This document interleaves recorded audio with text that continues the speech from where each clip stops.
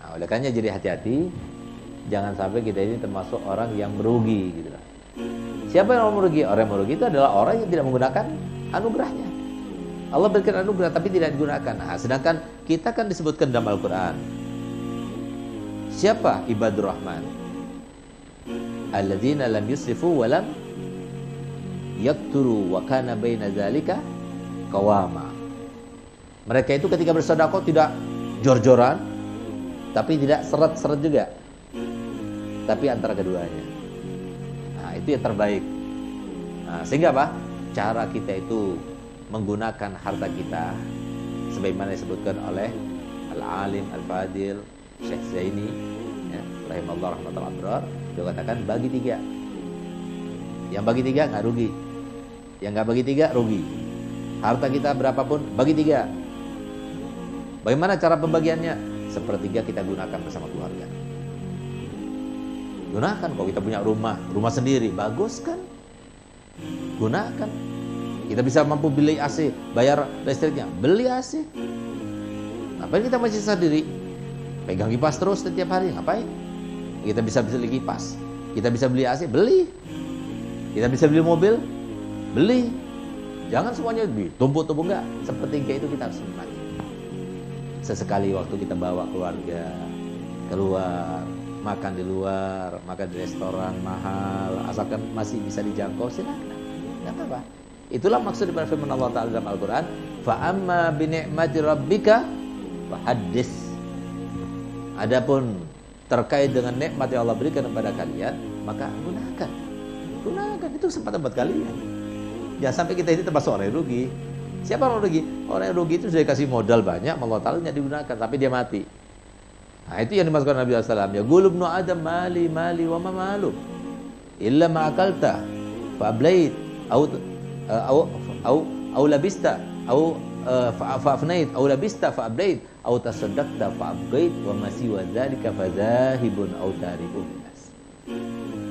Banyak orang Bani Adam itu mengatakan begini, ini loh tokoku, ini rumahku, ini tanahku, ini sertifikatnya dan sebagainya. Yang mana rumahmu? Yang mana tanahmu? Yang mana hartamu, kata Nabi Muhammad SAW.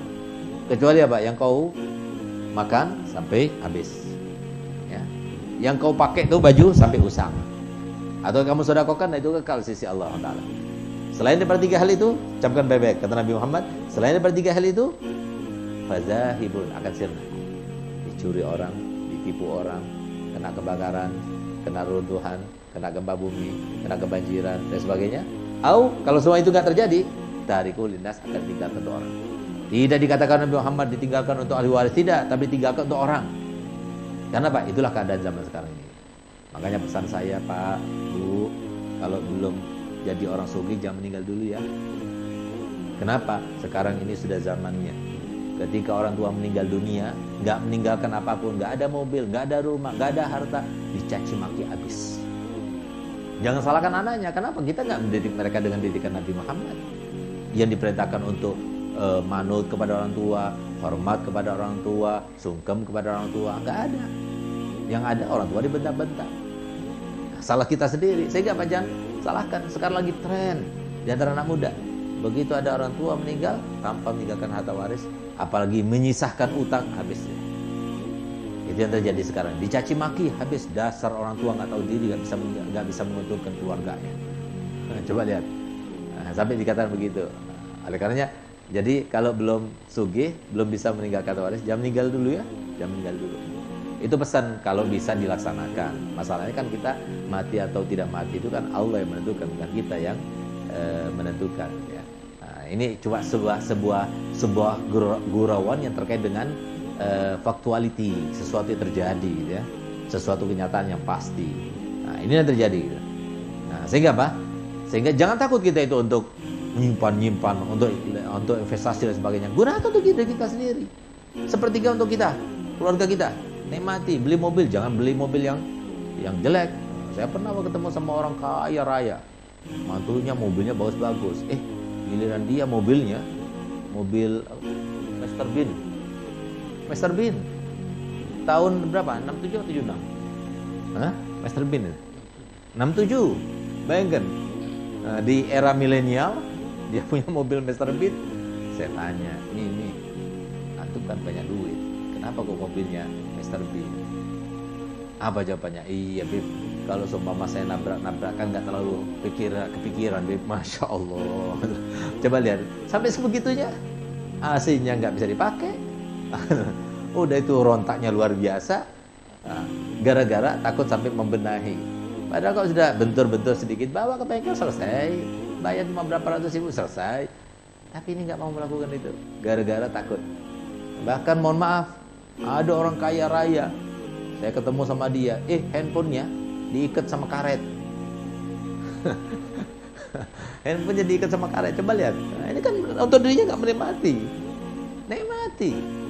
Innallaha yuhibbu an yara asara nikmatihi 'alal abdi. Allah Ta'ala itu suka, senang, gembira, bahagia, cinta kalau melihat hambanya itu menampakkan sesuatu bekas daripada nikmatnya yang Allah berikan kepadanya. Hatta fi syurba fa yashrabuhu fa yahmadullah alaihi.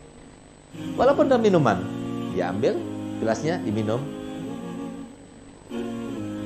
alhamdulillah. Itu sudah luar biasa. Apalagi yang lainnya gitu. Oh, sekarang kan tidak. Sekarang jangan nampakkan kekayaan kita. Beli mobil yang biasa-biasa saja, bangun rumah yang biasa-biasa saja. Kenapa? Nanti banyak orang datang pakai bawa proposal. Nah, ini setan itu yang ngomong itu. Setan yang ngomong. Jangan diikuti.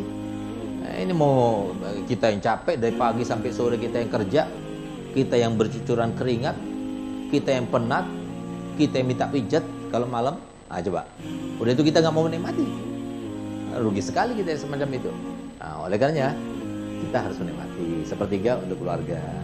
Ayo jalan-jalan. Ayo ke villa. Jangan nggak pernah ke villa sama sekali. Nggak pernah jalan-jalan bawa keluarga. Sama orang baik, tapi sama keluarga enggak. Jangan. Nah, kita peruntukkan. Selama mereka itu memerlukan sesuatu, kita bisa berikan. Mereka anak kita, mereka keluarga kita. Gitu. Harus kita utamakan. Karena apa? Khairukum li ahli wa ana khairukum li ahli. Yang terbaik di antara kalian adalah yang terbaik pada keluarganya. Jadi kalau kita ingin tahu siapa yang terbaik di sisi Allah, sekarang kita bisa jawab. Di antara kita yang ada sekarang ini, siapa yang terbaik di sisi Allah? Sekarang kita bisa jawab. Gimana caranya? Datang ke keluarga kita, datang ke istri kita, datang ke anak kita, datang ke saudara kita, datang ke orang tua kita. Kalau mereka mengatakan kamu itu adalah suami yang terbaik, lalu si suami mengatakan kamu itu adalah istri yang terbaik, lalu si orang tua mengatakan kamu itu adalah anak yang terbaik, lalu anak itu mengatakan kamu itu adalah ayah ibu yang terbaik, lalu saudara mengatakan kamu itu adalah saudara yang terbaik. Kalau sudah mereka menyaksikan begitu, berarti kita pasti yang terbaik sisi Allah. Tapi kalau seumpama istri kita yang terbaik, sama istri melotot melulu gitu, sama istri cemberut melulu, sama istri kasar sebagainya. Nah, ini berarti sisi Allah juga seperti itu. Allah itu sangat tahu. Ya lamma tusirruna wa ma tu'linun. Allah tahu dengan apa yang dirahasiakan. Nah, kita itu pandai sekali bermain sandiwara. Kalau depan orang baik wajahnya, mukanya, tapi di rumah otoriter, tangan besi, merintah sana merintah sini, ngamuk sana ngamuk sini. Nah, ini adalah bisa jadi termasuk yang syaitonul inis yang semacam itu.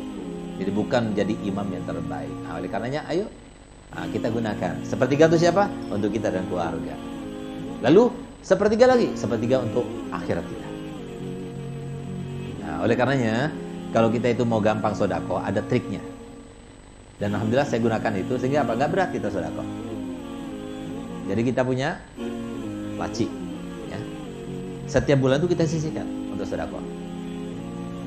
Untuk bantu orang, untuk yatim, untuk ini kita sisihkan. Nah, sehingga awal bulan sudah kita sisihkan. Ada orang datang tinggal ngambil. Kita merasa ini bukan hak kita.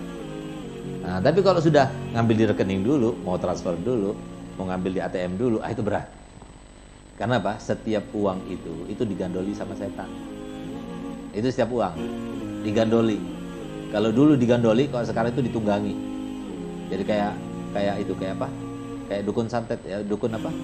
Yang naik sapu itu, gitu. Nenek sihir, kayak gitu.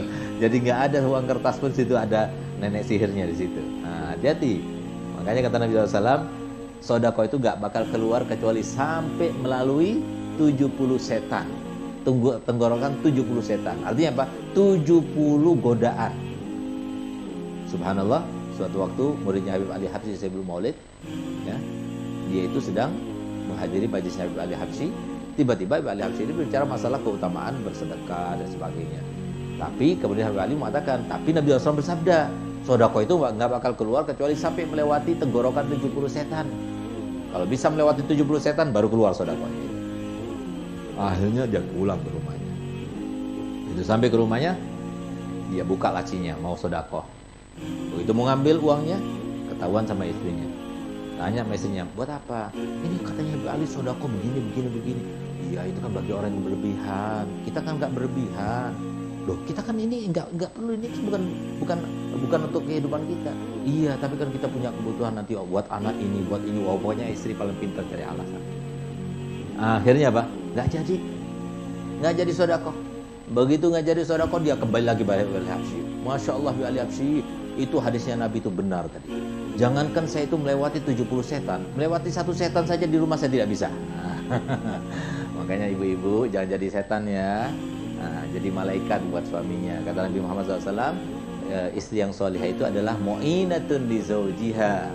Jadi seorang istri yang soleh itu selalu membantu untuk suaminya fi ta'atillah, dalam melaksanakan taat kepada Allah. Termasuk yang dirindukan oleh surga siapa? Istri yang selalu membantu suaminya untuk melaksanakan taat. Dan termasuk yang dirindukan oleh neraka siapa? Suami yang membantu istrinya untuk melaksanakan maksiat.